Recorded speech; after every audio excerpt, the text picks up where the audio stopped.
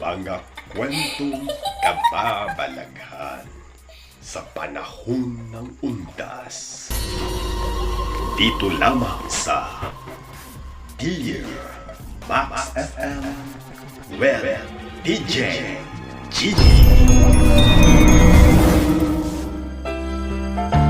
Sa buong buhay ko, hindi ko mamalimutan or makakalimutan ang pangyayaring ito.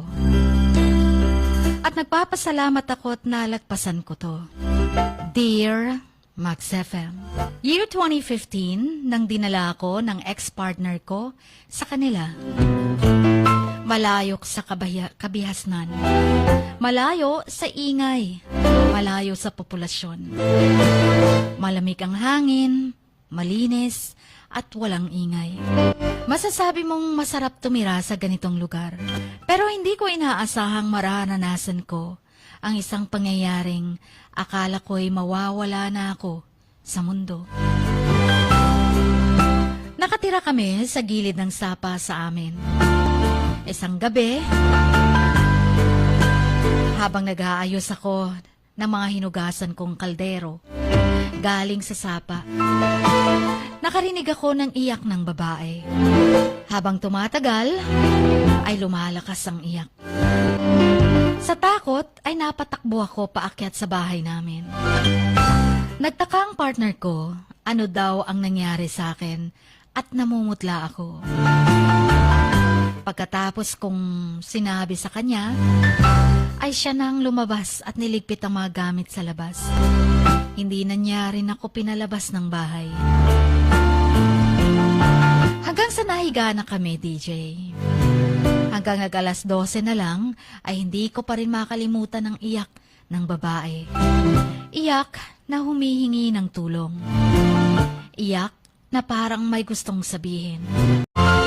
Ang asawa ko't mga anak ay tulog na, habang ako ay hindi pa rin makatulog. Hanggang sa naramdaman kong tumatayo ang balahibo ko. Parang di ko mawari na may malamig na hangin na pumasok sa kwarto namin. Hanggang sa naramdaman ko na lang, sumasakit na bigla ang ulo ko. Sumunod na ay ang katawang ko na feeling ay pinipiga ako. At yun na lang ang naalala kong nangyari, DJ. Kasi yun pala ang simula na sinaniban na pala daw ako.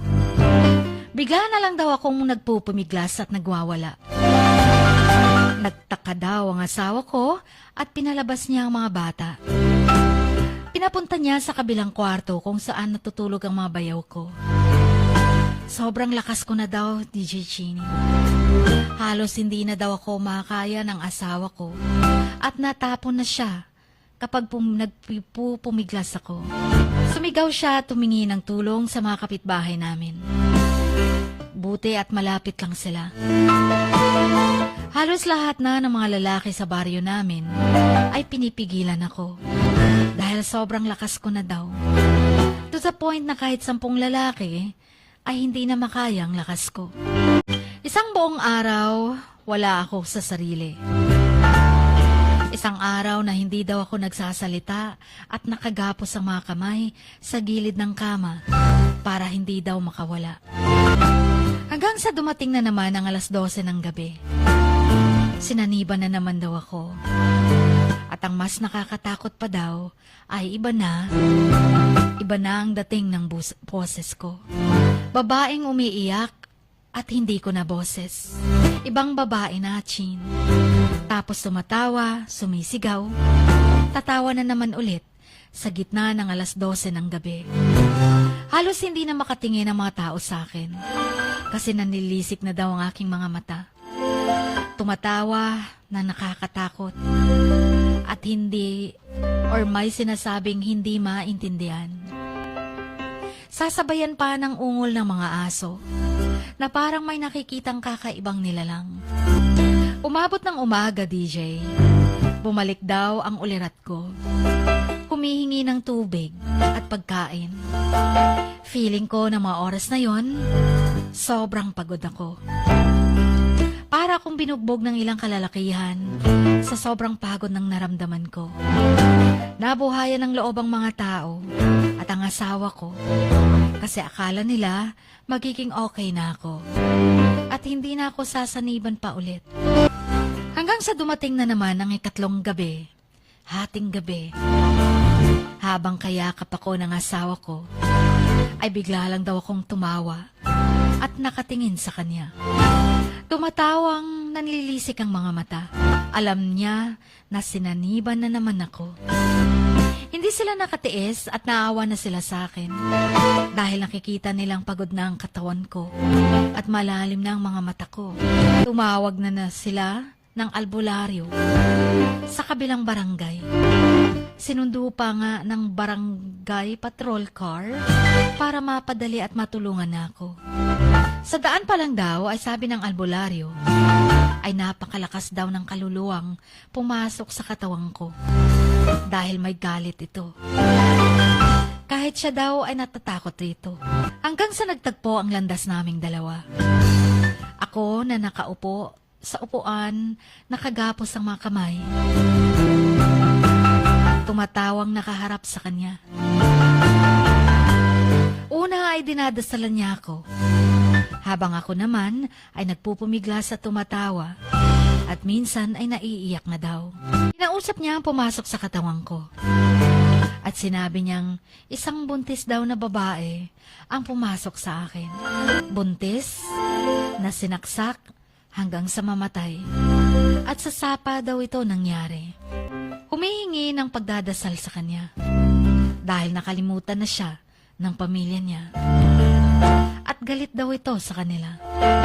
Kinausap ng albularyo ang kaluluwa at napilitan itong iwan ang aking katawan. Humingi ito ng alay at dasal.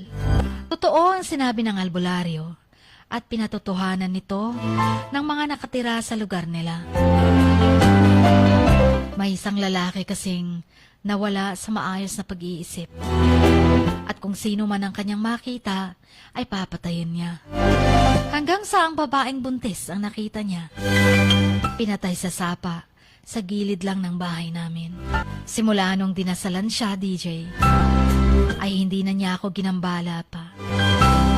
At sa takot ko, ay umalis kami sa lugar na yon. Ayokong mangyari ulit ang pangyayaring akala ko'y hindi ko na malalagpasan pa. Sa mga oras na yon, ang Panginoon lang siyang aming sandigan. Wala akong ibang inisip kundi ang mga anak ko. Anak ko lang at ang Panginoon. Kahit anuman ang takot sa hinaharap, ay labanan.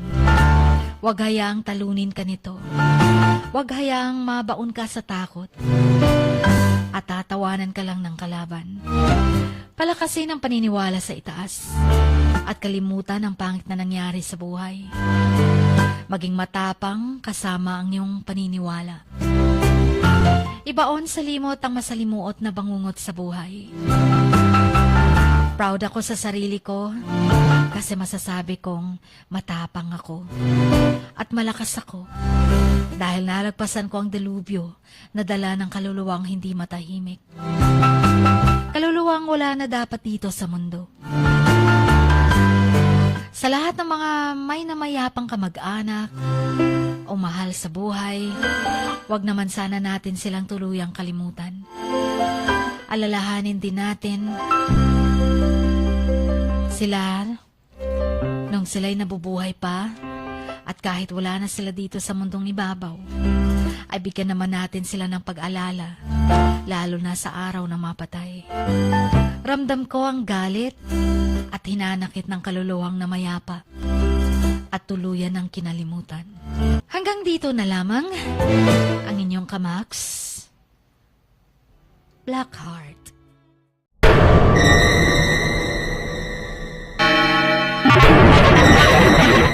Knock, knock. Who's there? You're a nightmare. Mga kwentong kababalaghan sa panahon ng undas.